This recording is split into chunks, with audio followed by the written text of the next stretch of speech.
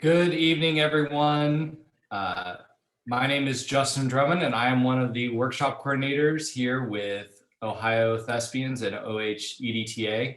And we are pleased to have you guys all with us tonight for session number 5, The Show Must Go Online.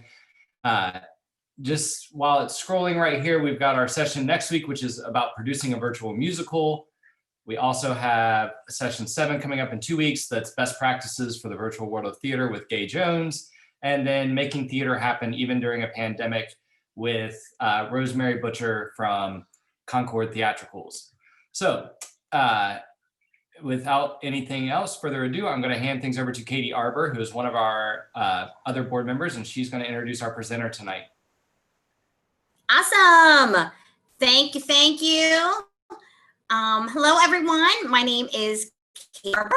I am on the OhEdTA board with Justin, and I'm also a high school theater teacher. I've been teaching for 13 years now. I'm at Milford High School in Cincinnati, and Miss Susan Blackwell and I met 30 years ago, which is crazy town.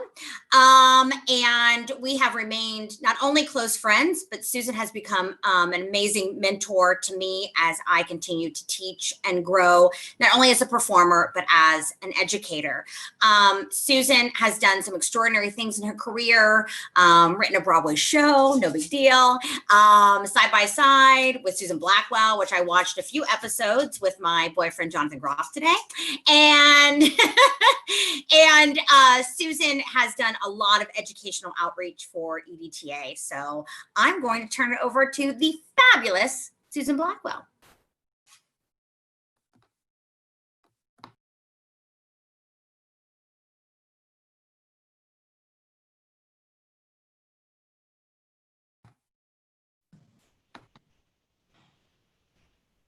I'm here. You're here. There you are. Oh, can you see me? I can only see you. I can see you. Yes. Hi. It's so nice to see you. What a beautiful introduction. Thank you for that. You're welcome.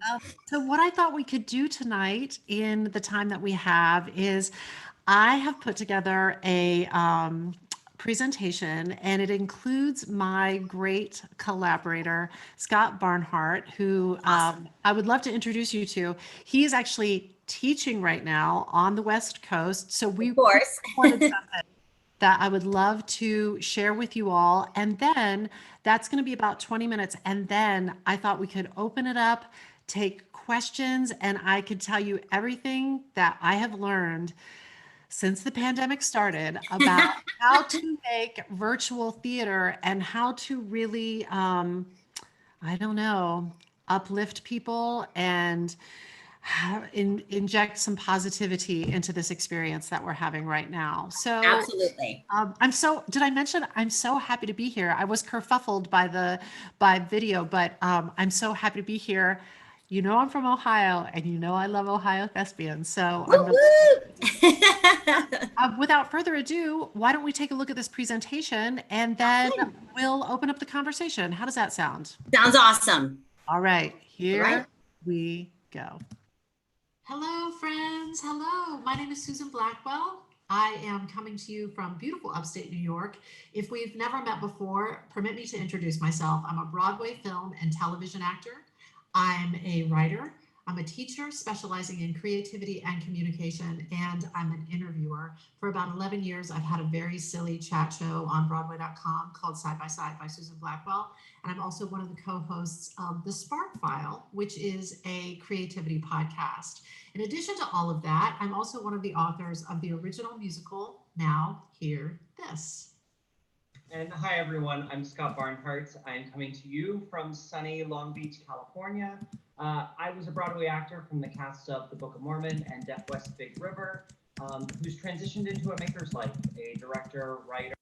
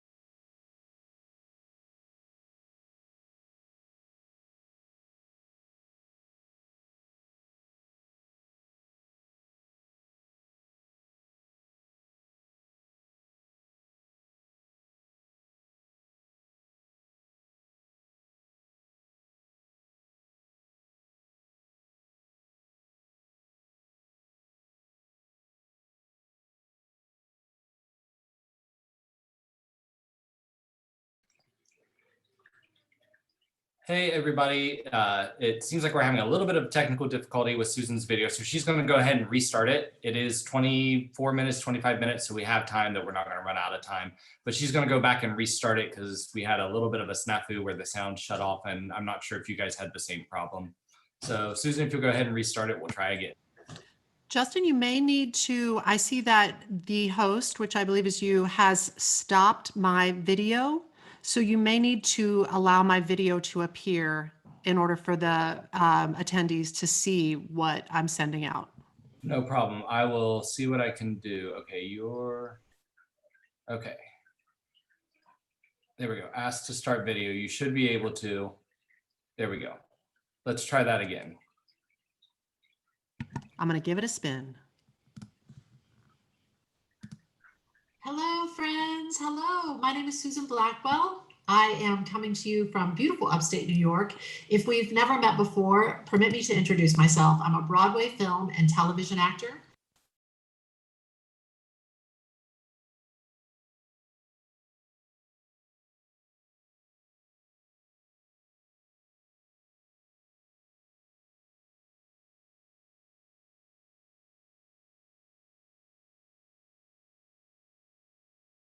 I'm also one of the authors of the original musical, Now Hear This. And hi, everyone. I'm Scott Barnhart. I'm coming to you from sunny Long Beach, California. I was a Broadway actor from the cast of The Book of Mormon and Deaf West Big River, who's transitioned into a maker's life, a director, writer, producer, and educator. And I'm now the director of the Musical Theater Conservatory at the Orange County School of the Arts, AKA OhEdTA. We're so honored to be here with you today. We're going to start off with a presentation. So if you're watching this live, please feel free to ask a question or upvote another person's question if you'd love to hear the answer to it. And if you're watching a recording of this, know that you can also be in contact with us, and near the end of this presentation, we will provide our contact information for you. So let's get started. Our presentation, The Show Must Go Online, or how OhEdTA produced a full-length musical called Now Hear This, almost entirely from quarantine. But before we get to that, just a little backstory. Now Hear This is an original musical that was produced off-Broadway by the Vineyard Theater in 2012. It's based on a collaboration by the people who created Title of Show. It has a book by myself and Hunter Bell with music and lyrics by Jeff Bowen. And it draws from the life experience of those original collaborators, and it features about 20 mini musical scenes that delve into some of life's big questions with humor and heart. So yes, last year the authors decided to revisit the script and work on a flexible version of Now Hear This. Again, it was originally written for 4 actors. And with the Now Hear This flexible version, we wanted to create a show that allowed for the casting of any number of performers from 4 to 400. Also, this adaptation would allow any performer to be cast in nearly any role. And the show is modular, allowing theaters to customize the runtime of their show. We wanted to make it possible for the theaters to produce the full-length show and then maybe take a 50-minute cutting to a theater festival or a competition. In brief, we were trying to make the show as flexible, expansive, and inclusive as possible, while also providing extremely clear instructions to directors and teachers on how they could modify the show to suit their needs. It was a bit of a puzzle putting it together, but we were excited to make this writing available to as many different groups as possible.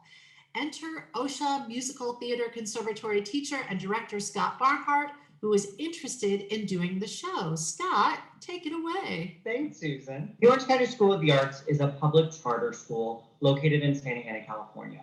So as a musical theater director, we produce upwards of 4 musicals a year, and I like putting in a surprise title or a wild card title into each season because I want to expose our students to new voices, new ideas, things that maybe they haven't discovered yet that can highlight our unique student population.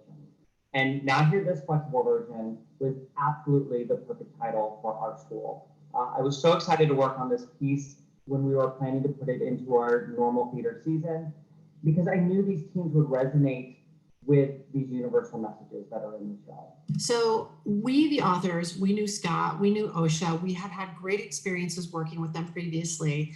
And so we said, how would you and OSHA and the students like to beta test this new version of the script to help us work through the kinks and make sure that it plays in this new flexible form? And we said, yes, please. And OSHA began working on Now Hear This flexible version. And since it was a test run, the authors were scheduled to go out to work with the cast and the creative team and the faculty. And then the pandemic struck and everything was canceled. Wah, wah, wah, wah. Big wah wah. But we decided to move forward with our masterclass with Susan online. And that included a read through of our script in a Zoom conference.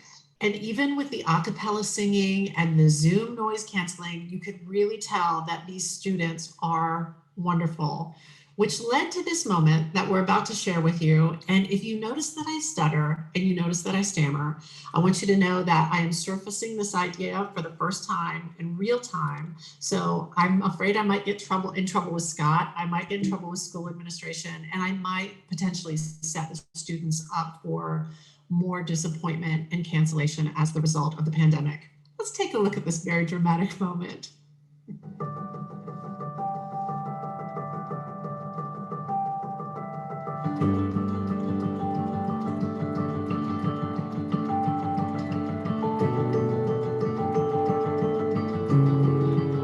Would you start just seeing if anything comes to you about how each of these modules, like what they could be like, if it was like a little music video or a little film? I don't care how they see you. I want people to see your work.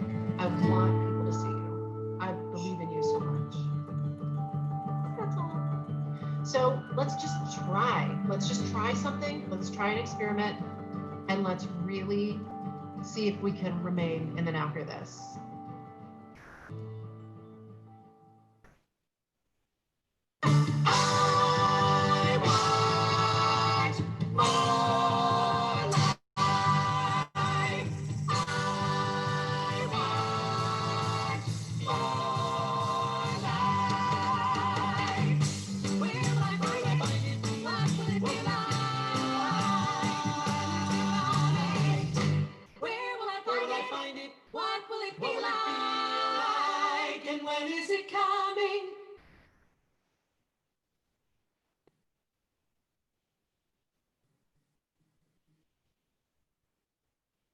That's right. On the weekend of May 14th, OSHA premiered our virtual production of Now Hear This. We ran the show Thursday through Sunday on our OSHA YouTube page. You can watch the show on Broadway On Demand at a link we'll provide later in this session. But for now, let's hear from some of the students who will tell us what impact doing the show had on them. This is a cutting of a testimonial video that was shot and filmed by an OSHA student, Maddie Abiera. It's about 3 minutes long. I'm like already getting emotional talking about it.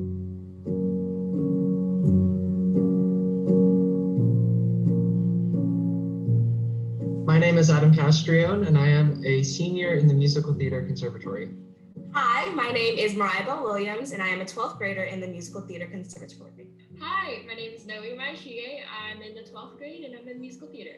Hi, my name is Maggie Giddon. I'm a senior this year at OSHA, and I am so excited to be a part of this virtual production of Now Hear This. The process of creating the show has been very fun and interesting. Before we came to quarantine, we had in-person rehearsals, and it was a blast. After quarantine, it became pretty difficult to rehearse at home because of some logistic things and how do I make this look good in my house. But it was just as fun because you get to work with your family and the directors are still just so on top of it. It was really strange to have to record like group numbers by myself. I love being on stage because I love being with the people. I love interacting with the audience. I love interacting with the cast and the crew.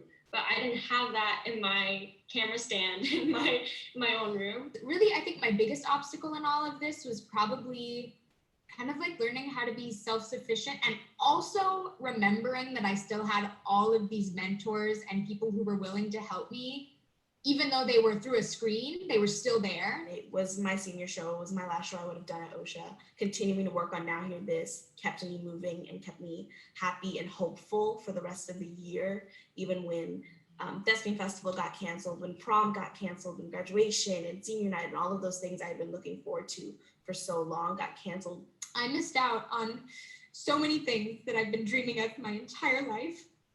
And someone giving me this opportunity to share my love and passion for theater, especially for this show, like meant the whole world to me.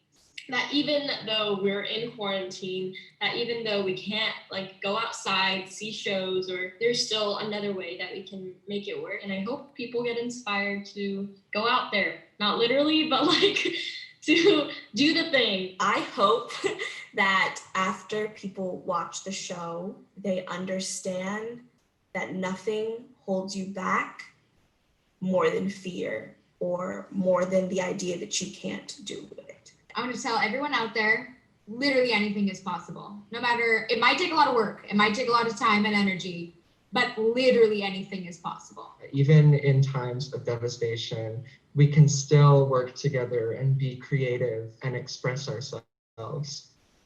It does not take a live audience to put together a show, even if it's for ourselves. But it wasn't just the students who were impacted by the project. Here's a reflection from OhEdTA parent Gina Gidden. This whole experience gave the students something they could control. It gave meaning to this time. It gave them purpose. This proved that impossible things can be done. And this quote is from Taryn Schaefer, who's in senior administration at OhEdTA. When Scott showed me one of the numbers from the show over Zoom conference, tears came to my eyes. While nobody would have chosen this situation, I am so encouraged by the faculty and staff who rolled up their sleeves and made the most of this. I'm filled with gratitude and pride. Under the guidance of teachers and parents with some marketing expertise, there was a team of student docents who essentially became our street marketing team to get the word out about the show. They created a variety of social media posts and DVD extras. These pieces gave viewers an insider look into how the musical was made. They taught pieces of choreography, created excitement leading up to the show with an interview series called The Golden Carpet, and even gave the audience instructions on how to stream the show onto their TV sets. I'm so knocked out by the creativity of these students, and we wanted to share one of these videos with you, which we hope gives you a sense of how the creative team and the students approached workflow, but also provides you with some inspiration for potential curriculum that you could use to augment a virtual production experience, while also including more students than just the cast. This video is approximately 90 seconds long. Here we go. Hi, I'm Alexa. And I'm Cassidy, and we're two of your Now Hear This docents. Today, we're showing you the process of how virtual Now Hear This was made. The final product you will see this Thursday, May 14th, took many hours of hard work from each member of the cast and crew. And here's a look into what happened behind the scenes of filming and editing the show. This process started with the cast receiving an email of the instrumental track. After they received the email, they went into a place with no sound, preferably a closet. Once they were in a quiet place, they used one device to play the instrumental track and their phone to record the voice-on-voice memos.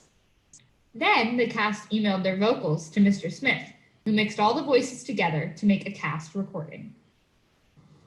Next, the cast received a list of different video shots the director wanted them to make, like doing homework, dancing, or just standing in front of a blank wall.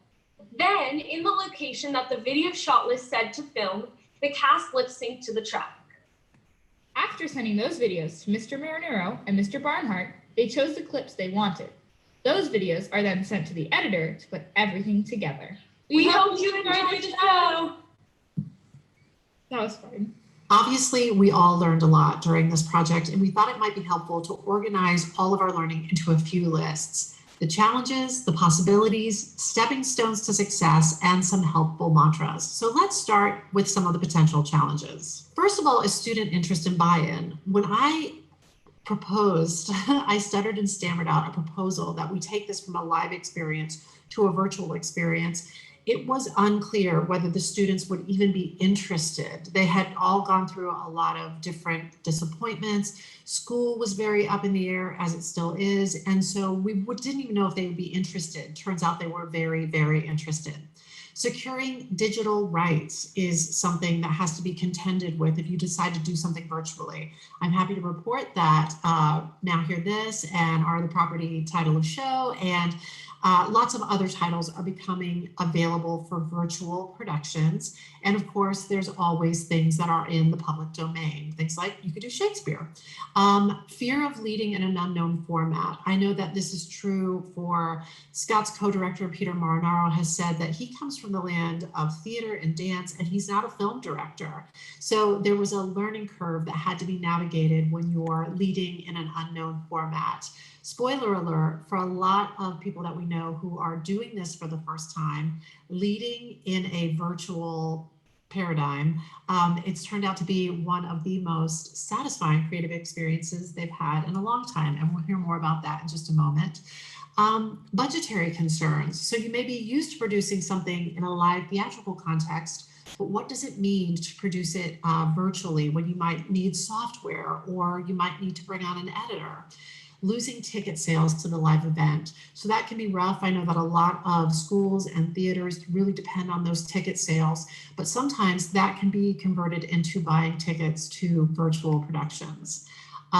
Student privacy and protection. It's worthwhile thinking about. I know that at OhEdTA, they used permission slips to make sure that the parents and the families were giving consent for the students to appear on camera and also to have their on-camera appearance live on YouTube or another virtual platform.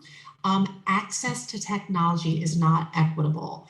We were really fortunate at OhEdTA that each student or the student's family had a smartphone that they could record on, but we must acknowledge that that is not always the case and it must be considered if you're talking about doing a virtual production. So those are some of the challenges that you may face with your virtual production. And here's a list of some possibilities that we found going into a virtual model.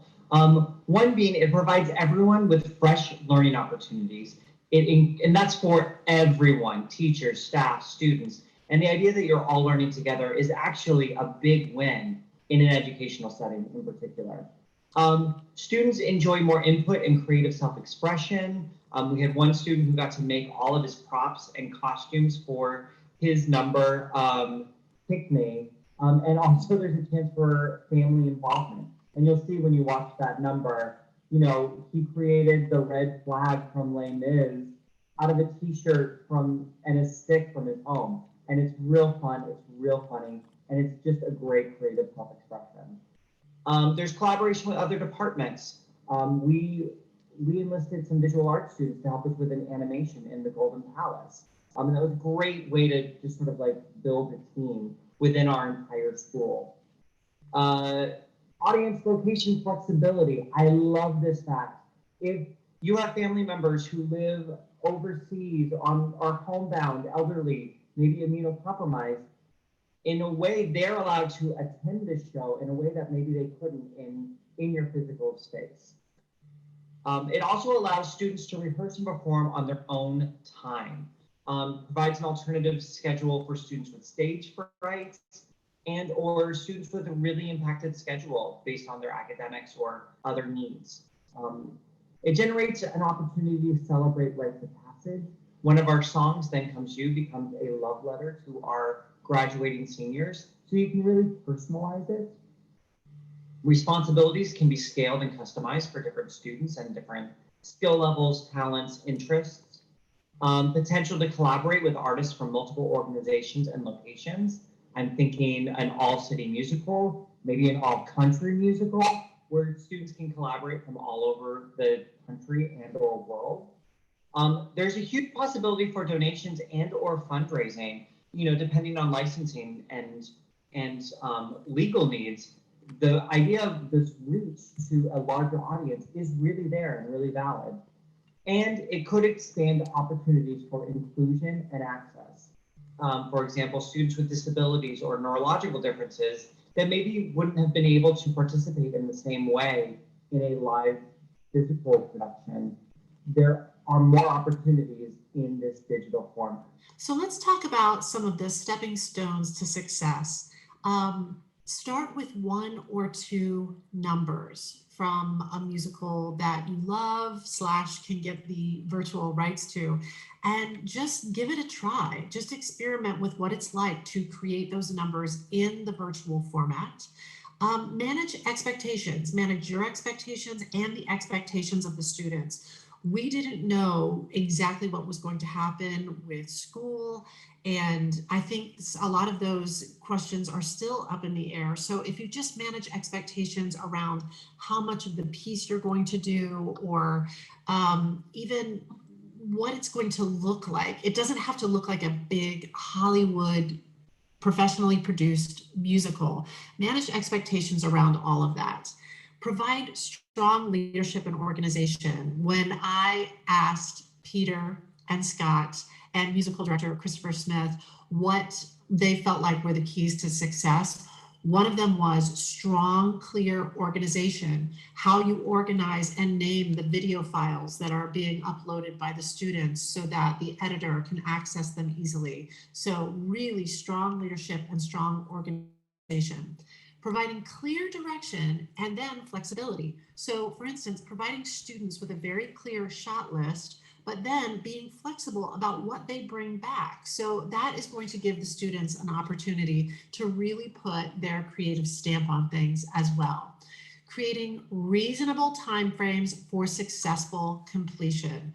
This production, when it was supposed to be done theatrically, I think it was scheduled to go up in March, and it actually went up virtually a month and a half later because they were navigating the learning curve, they were working in a new medium, and it took that extra time. So create reasonable timeframes for your success. Remain flexible throughout. I think flexibility is key, both with the pandemic and the teaching situations and learning situations that many people are working in. And then when you add a creative project like this, just having more flexibility and practicing that flexibility throughout. Consider contingency plans. I know we all had discussions about what would happen, for instance, if a student got sick or their families got sick. And we made a decision early on that the contingency plan would be to absolutely prioritize the health and well-being of the students and their families, and ultimately that the musical was more dispensable if it needed to fall by the wayside. Be a creative problem solver. This is really a time, as you all know, for creative problem solving. Delegate and seek additional support when possible. And remember that these students know so much more about technology than we do. So you may be able to, for instance, delegate editing. If there are students that are really great at TikTok or really great at iMovie, you can delegate some of these more challenging technical pieces to those students. Let the Scenes show. Again, this is not a Hollywood musical, so it's okay that it looks like exactly what it is. And also sometimes it's really fun to pull back the curtain and show how the choreography was taught, show how the sound recording was done. So really, not only let the scenes show, but also give people a peek behind the scenes. And lastly, celebrate wins and celebrate each other. All of us are working in these new forms and formats, and so it's important to really celebrate those little pieces of learning along the way. Absolutely. And here's a few more mantras that I would love to share with you that we said over and over during our multi-week process. One, remember, it's just a musical. We're not, this isn't rocket science. We're not curing cancer. We're building entertainment. So keep that in mind as you're going through this. We stop and ask this all the time. Hold on, are the students having fun? And with all these technical needs and ideas and logistics, it's really easy to get bogged down in those. And just keep asking yourselves, Are the students having fun? And if they're not, consider some new tactics to create a joyous, fun environment for them and thereby for yourself. Don't let perfect be the enemy of good. I love this idea. The idea of perfection and getting it just right can really stop you from actually producing the thing. So keep that in mind. Progress, not perfection. Every day, are you getting a little more done? Are you getting a little more done? It is absolutely, I think I can, I think I can. Just get the train going down the track day by day. And last but not least, grant grace. Grant grace with yourself, grant grace with your students, grant grace with your parents. Ask for it in return, because there are a lot of things that you're going to be figuring out in real time. And if you can set up an environment of grace, that will help you get through it. If you have any questions that you'd like to ask, we would love to hear them. Before we do, we want to just let you know that the Now Hear This flexible version is currently available for licensing. And here's the URL. It's concordshow.ws/perform-NHT flexible. And there's more information there if you would like to learn more. And if you want to watch OhEdTA's production of Now Hear This at a later time, you can visit Broadway On Demand. It's there, it's free. You just have to register to Broadway On Demand. And that's at tinyurl.com/NHTBODOCSA. And that stands for Now Hear This, Broadway On Demand, Orange County School of the Arts. And if you would like to be in touch with us, I'm at Susan@SusanBlackwell.com. And you can reach me at scott.barnhart@OCSArts.net. Thank you so much for spending this time with us. See you in the panel. Yeah. There you go. There you go. That's a little crash course on how we brought this together. And yeah, so I would love to, Katie and I were texting during the presentation. And one of the things that Katie said that knocked me out is about reaching out to communities now, especially if your school budget took a hit and lost ticket sales with your spring musical being canceled, and how responsive the community has been, volunteering time and services and things like that, which I think is great. Yeah. So, Katie, are you with me, or are you? Yes, I'm here. I was just wondering, as we've been talking, I'm not sure where my video is. I'm trying to find my face again. There I am. It's as if it's like magic. It's like we're doing our own laughing, and I'm appearing in my box in the corner of your screen. Yeah, just to talk a little bit about the community thing before we take questions for Susan. You never know unless you ask, everyone. And I'm doing a radio show with my students, and I Googled an email for our local radio station, and now they're donating all their time and their talents to help our students do the actual recording in the radio station, because we obviously can't have family live in the auditorium. And so now the students are going to get a whole different kind of training, because radio is so different than being in front of a live audience. So I'm really super excited for them. They don't know yet, so don't tell them. I love that, Katie. And I will say that I've been talking to so many different educators, high school level educators, college level, and it's so interesting to see how different people are responding to this time. Yes. And to the shifting variables. It's very challenging. I don't want to minimize that, because I think it is, we had a long talk last night about just what it's like to teach in this environment. It's very challenging. And, but I'm also so heartened by some of the really creative things, like you were just saying. I was also talking to someone, there's a university that they converted their whole season to a podcast, basically radio theater podcast. Oh, really? Yes. Oh, wow, that's awesome. And there's so much cool stuff that you can do, even on a budget. Yes. And I know that at the request of, I teach at the Eugene O'Neill Theater Center, and at their request have started teaching a podcast class so that Awesome. these young creators can take the plays that they're writing and the things that they're making and these actors, and they can use this time to be learning a very, very valuable set of skills and also Absolutely. be self-expressed and make awesome theater. It's just kind of a twist on what we think of when we think of theater. Absolutely. And just a side note, I asked him, well, what is this going to cost us? And he says, oh no, it's free. He says, I want to work with your kids. This is fun for me too. He's like, I'm with adults and sports guys all the time. He's like, my roots are in, the performing world. So it's just really incredible. If you don't ask, you'll never find out. So ask. I think we have a question. Yes, we do have a question. Let's shout it out. So anonymous attendee, that's a very mysterious name, says, that is. Fresh out of college, I was a theater teacher. Now I moved and have a new job at a school that does not have a theater program. I'm really wanting to start ITS there and get a program started. In your opinion, is a musical or any piece of theater, honestly, too big of a feat right now, especially in a place where theater is practically non-existent and I don't have the connections with colleagues yet, like a chorus teacher to do vocals, video production, teacher for edits, etc.? That is such a good question. Katie, do you want me to dive in? Do you have thoughts about that? I do, but you dive first, girl. You go for it. You know what? I'm going to defer to you because of the role that you have as a boots on the ground high school teacher. Absolutely. So anonymous, hello.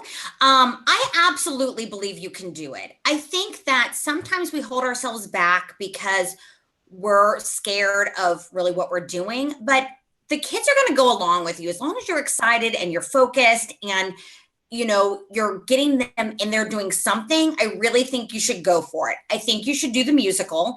Musicals just bring a different energy to the students. You certainly can get my information after this if you would like, and I can steer you towards some musicals that would be easy to put on their feet if it was just you. My current job, the chorus teacher did not want anything to do with the musicals. So I found an outside person, which you can actually find easier than you would think by connecting to a few local groups, and I can give you some advice with that. But my personal opinion right now, we are in a crazy world. I have a callus behind my left ear for a mask. Like, it hurts so bad, and I'm like, well, I just got to get some lotion, right? This is the world we're in. But I think if we put ourselves out there and say, we're going to try this, and it may be bumpy, but we're still going to do something, that the kids just light up. Like, I have kids that I've never even seen before coming into the theater world right now because it's just something positive. It's something they can do. It's something active. So I encourage you just to go for it, because your administration will applaud you for it, first of all. You have tons of guidance. I will totally guide you every step of the way if you want to get my information. But I feel like if we hold ourselves back, then the students will also. But if they see us putting ourselves out there and really trying and going for it, that they end up partnering with us. And you can totally delegate with them. Meet with the kids and say, okay, who really loves to dance or who loves the music? You could have a student music director to partner with the adult that you find. You can have a student choreographer very easily, a student director to help with blocking. So really use the students to partner with you to really, start the program. But I would be very surprised if the kids weren't with you 110%. If you're willing to go for it, everything else will fall in place. And I have just a slightly different perspective in that, I love Katie's like, do that musical, because, musicals light people up in a way that only musicals can. But I would actually ask you, Anonymous, what lights you up? Absolutely. What is going to be something that is sustainable for you for a period of time when you have the other challenges and pressures Right. of the pandemic. So if you, like me, I'm a podcast lover. So when I hear podcast, I'm like, Mhm. let's do that. Let's take a piece of maybe something that's in the public domain, maybe something original that you devise with the students. And I will tell you, as a woman of a certain age, I taught myself to podcast. I'm not the most technically savvy person, but I taught myself to podcast beginning, middle, and end, and all the technical requirements necessary. I Mhm. taught myself.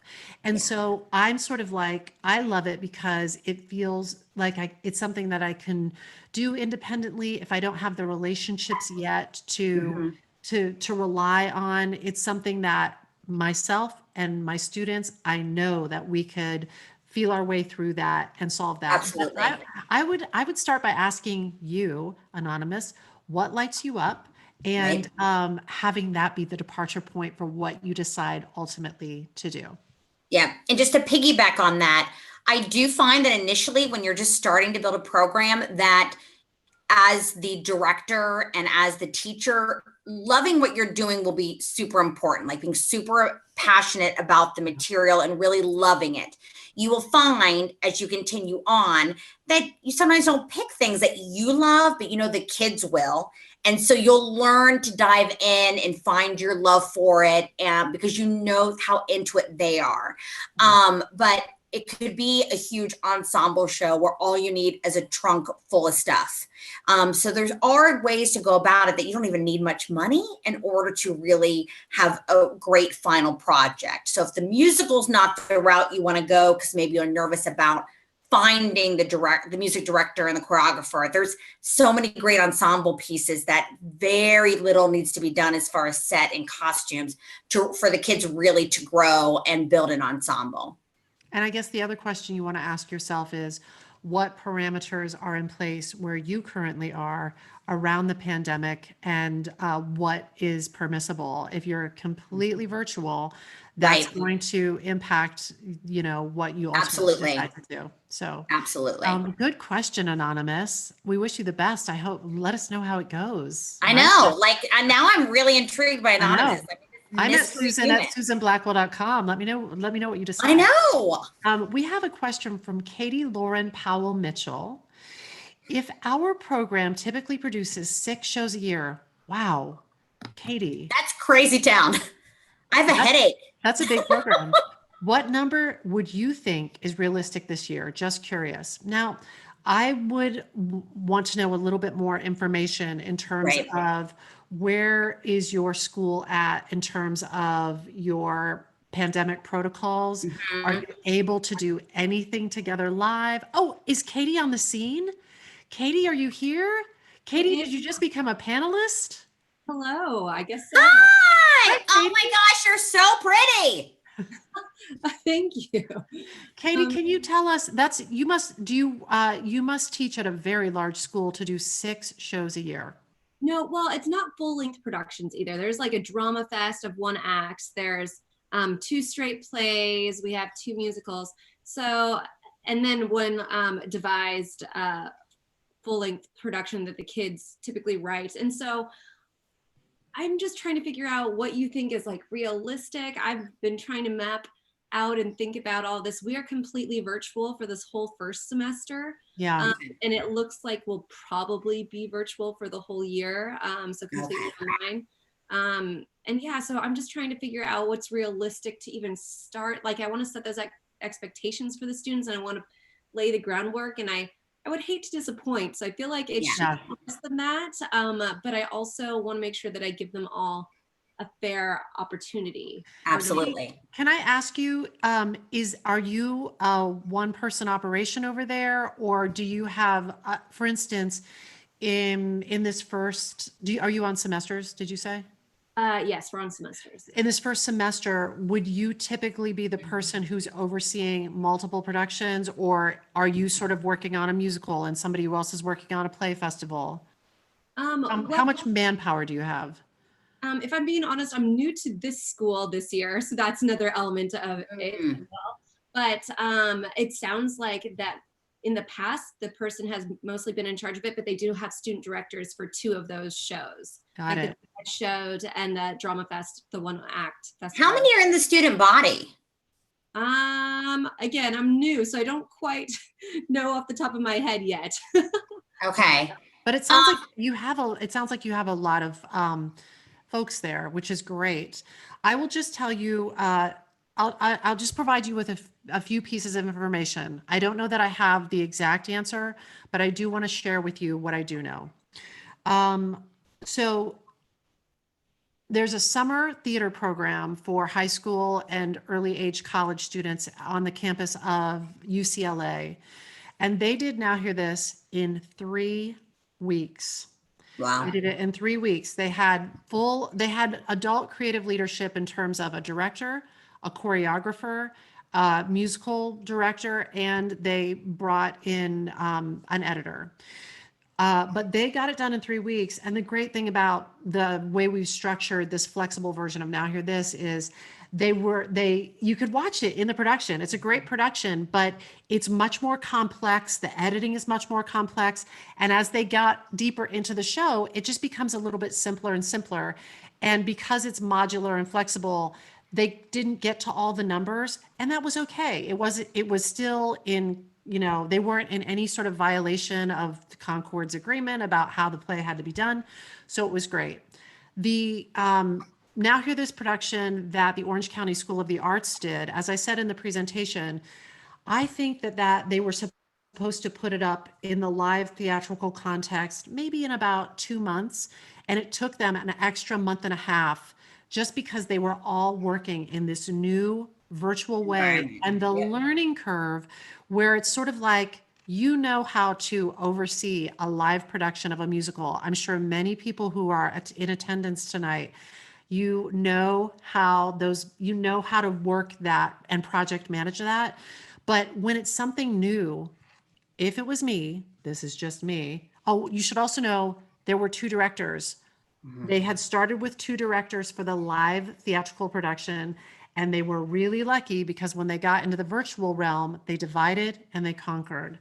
So if it was me, I would really, you may accelerate as you do this one time, like in the first semester, it's going to be like a little bit of a longer process and a longer learning curve. But by the time, if you're virtual all year, by the time you get to the end of the year, you're going to be moving more quickly. I'm guessing that you're going to be empowering your students to even take on some of these responsibilities, like it sounds like you already do in the live context. And you're probably going to be able to accelerate more. But this first time out, I would probably do like bite one thing off, like one production off, and really all hands on deck. Everybody learns how to manage the workflow and the learning curve of what it's like to work on camera, what it's like to direct for the camera, what it's like to communicate shot lists to your students, and then get the footage back and then maybe ask them to do a retake. Yeah. So I would take it slow and then plan on acceleration as the year goes on. Katie, does that make sense to you? Yeah, and I was going to say the same thing, Katie. How many years have you been teaching theater? This will be my 8th year. Your 8th year. Okay. So I've been.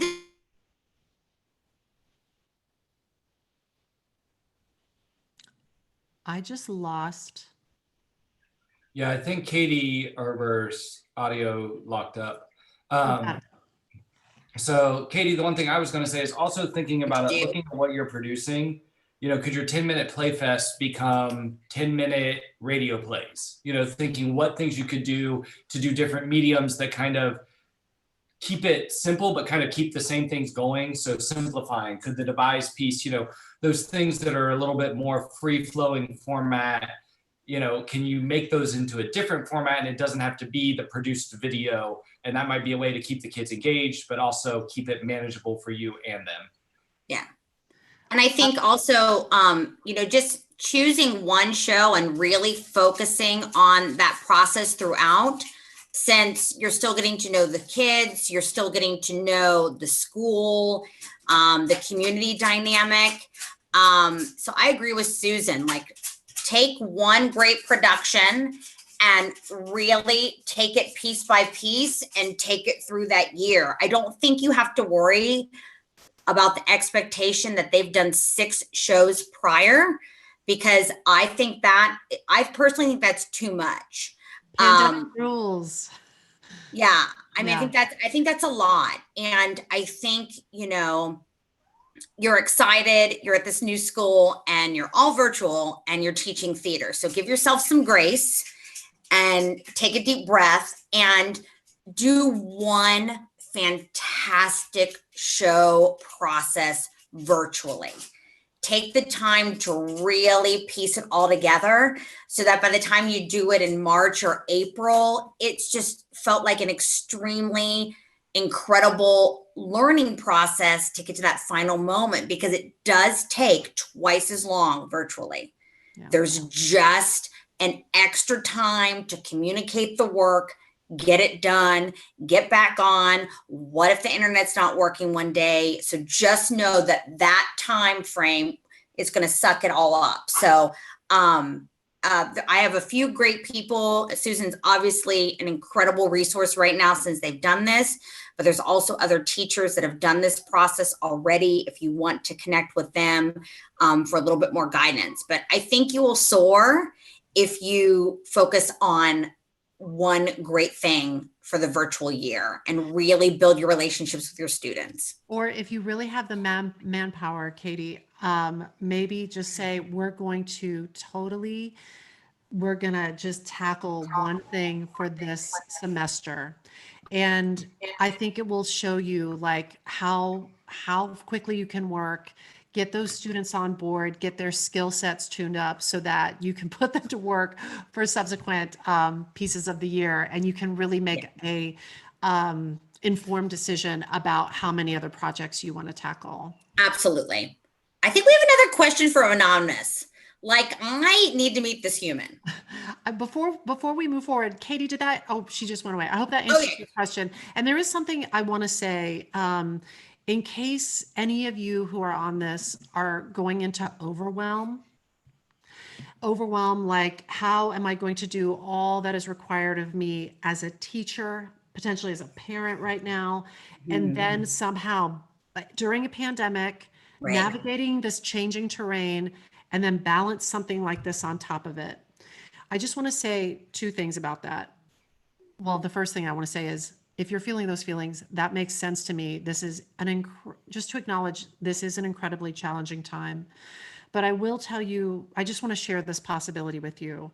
I have watched firsthand and participated firsthand in these processes where people went from being despairing, absolutely despairing for the loss, the grief, all of this challenges and uncertainty around the pandemic. And by doing this work, I have seen people engage and I have seen them lift up.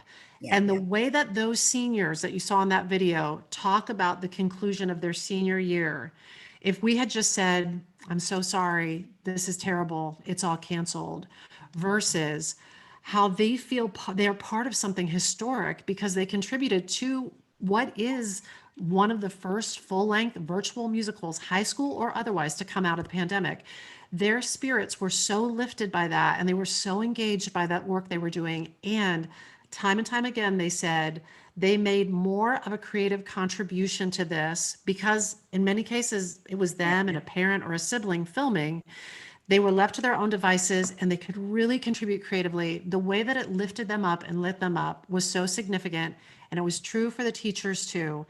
And I also want to say this, the teachers that I've talked to who have engaged in this started from a place of being like, I am so overwhelmed by this. I don't know this technology. I am not a film director.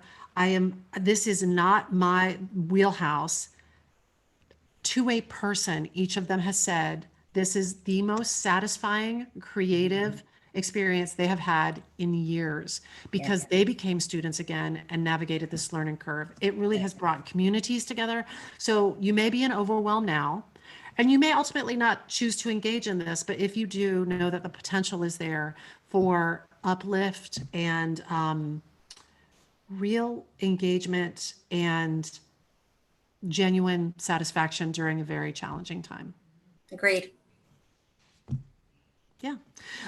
So we have about 3 minutes left, and we have one more question from anonymous attendee. You were saying, Katie.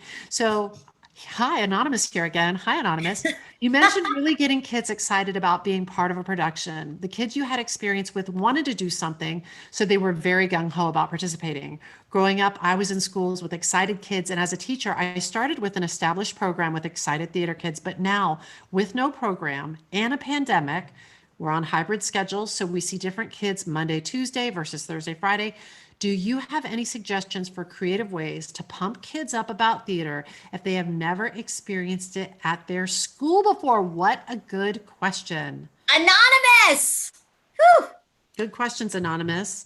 So I'll try to keep this brief, and I'll just say I would start with, again, we start with what sparks you, Anonymous. What lights you up? What is the show that you were like, oh my gosh, I love the great performances of Sweeney Todd? Or, oh my gosh, I loved that thing I saw. Or what do you know is sparking students now? Like if you know, I don't have my finger on the pulse of this, but if you know that they went bananas for Grease Live, I'd start by sharing that with them. Katie, Justin, I'm curious to know what thoughts you might have about this. I agree with you that you should start with wherever your passion lies. But if you're in a hybrid situation, this could easily be a day's lesson plan. You could just take the day and say, okay, this is the show I'm driving with. Now, let's say the students like, I don't know any Broadway theater. We'll find out what music they listen to. Try to find a connection from that artist into one of the musicals. So if they like rock, give them Rock of Ages to look at the next day, and then, come in and say what they thought by watching a few clips on YouTube. We also have been doing, we had to cancel our first show, and we're about to get started with our second show. And instead of doing the first show, we still did workshops for the students. So I put out a Google questionnaire saying, with all these different things for them to vote on of what kind of workshops they would want. And they could only be 12 at a time for social distancing. And obviously with the hybrid, I would probably say, if you're doing a Zoom, maybe 10 or less, so no more than 10, and then incorporate those workshops into those Zooms. Get to know the kids and their abilities and their desires, and then continue to build from there. So right now you're trying to find like the base or the bottom layer of your cake to build upon. So you've got to see what drives them. And then you can add a layer of maybe something you want to try. And then maybe they'll be like, okay, let's do that. And then maybe they'll be like, oh, but what about this? And then you'll be like, okay, let's try that. And then you keep building upon each other's, loves and desires to that maybe bigger project by the end of this school year. I don't think you have to worry so much about having that show right now. You need to build the relationship with the students and to see what really drives them and how it matches with you. Or maybe they'll mention something that you're like, oh, I really do like that as well. And I had totally forgotten about that. So try to partner with them to build and, talk about what maybe they would want to do maybe in March. And then you can start looking at how you would deliver that piece. If you're still hybrid, then you're probably looking at, some sort of, web video experience. So I really think building with maybe a lesson plan that sees where they're at with their likes of performers and performance styles, and then start incorporating shows that have those same genres within them. And then they'll be like, oh, I had no idea that, Green Day did a musical and they're my favorite band. So there's a lot of things they don't know. Which always, breaks my heart every time I mention something. I'm like, you don't know them? Oh my gosh. So there's so much they don't know, but try to compare it to someone in the contemporary world. And then they'll be like, oh, so, if you could compare like a Leah Michelle to like a Barbara Streisand, or, you know, a Lady Gaga to someone the other day said she reminded them of Carol Channing. I don't know where that comparison came, but who cares? They were making choices and they were trying to combine them. So that would be my advice. That is what I've done with my Acting 1 class this year, because it's a bunch of seniors that just need an elective credit. And I'm like, okay, how am I going to, you know, get them into this world of theater a little bit more? So. And if you're not teaching, like for me, I teach mostly English classes during the day and I have one drama class. So most of my kids are extracurricular. So if you're trying to build a program extracurricular, then, you know, it's a little bit of finding what you can offer them after school or in online and things like that, so that you can kind of make those connections, because it's one thing when you have the class and then it's another thing when you're like, oh, I've got, you know, 45 minutes for a club meeting, or, you know, whether or not you can even have your club meetings. But it's like Susan said, finding what you really enjoy. If you're excited about it, kids will get excited about it. And once you get a core group of kids, and maybe 5 kids you start with, but those 5 kids get excited and then they start bringing other kids, because, you know, a lot of times there's kids that are like, I need something to do. I need a place to hang out. My friends are all going here, so I'm going to come along. And, you know, they may not be actors, but they may be technicians for you. You know, they want to just be there and be around. So they hang out backstage. It's like, well, here, you're going to do this while you're backstage now. So it's just kind of like being all into what you're doing. And I know it's like Susan said, being overwhelmed is kind of hard. And I think that's a big thing here has been thinking about, I've been telling teachers I work with, you know, protecting yourself, thinking about, you know, what do I need to do to take care of myself? Because we do have to do everything we can to support these kids, but we can't sacrifice ourselves in that. So find what makes you kind of like Susan said, lights you up and keeps you going, present that to the kids, and then they'll take it from there and start going. It's kind of scary. I started in a similar situation, kind of rebuilding a theater program that had fallen to the wayside. But you start going, and some years you have big boom years, and some years it'll kind of ebb out a little bit, but you'll find your niche, and you'll find your kids that really want to connect and go along with you. Yeah. And really right now, especially if people are doing hybrid or fully online, you have to, like, you know, and that great Friends episode with Ross and the couch, you know, they're like, pivot, like I'm always switching on the spot with students right now because they are overwhelmed. They're trying to focus so much. They really want to focus. But if I see just deer in headlights, I've got to switch because I've got to keep them engaged. So the other day, it was like crazy ghost town. And I finally said, you have 3 minutes. Find me your favorite movie clip of your favorite actor. And then they all presented, and it was awesome because then I found out their desires. I found out what movies they liked, what kind of genres. They all picked really extraordinary actors. So they know what it is. But, you know, that wasn't on my lesson plan. But we just have to know that it's not going to be our typical lesson plan year. It's not going to be our typical show year. So we just have to really go with that because most theater teachers, and I think Justin and I have talked about this, we want to do great things. We want the kids to be like, wow, that was a great experience. We want to organize this, this, and this, and this. But I mean, I can't plan past tomorrow at noon because it is so changing with how these kids are emotionally dealing with, you know, being at school with masks all day or at home all day still. So we just need to give, you know, I'll continue to say, give yourself grace, continue creating, let the kids partner with you. And it'll be a success because you didn't give up. You're just working your way through whatever creative outlet and idea you have in the now. We can't think about what we did last year or what's going to happen next year. In the now, what are we going to do this year to just have theater and love our kids and love ourselves and our communities and feel like we've really done something we can be proud of? And we just have to let ourselves know that that will happen. It's just not going to be in the usual way we deliver it. So we're after 9 o'clock. So if anyone else has any other questions before we go, because I don't want to cut time short or cut people away if they still have questions, but if not, then we'll kind of say goodbye for the evening. So are there any other last questions? Drop them in the Q&A or raise your hand and we can kind of go from there. And I just want to mention, just while we see if there's anybody else who has any thoughts, I dropped some links into the chat. Awesome. If you want to watch OhEdTA's production of Now Hear This, you can go to broadwayondemand.com.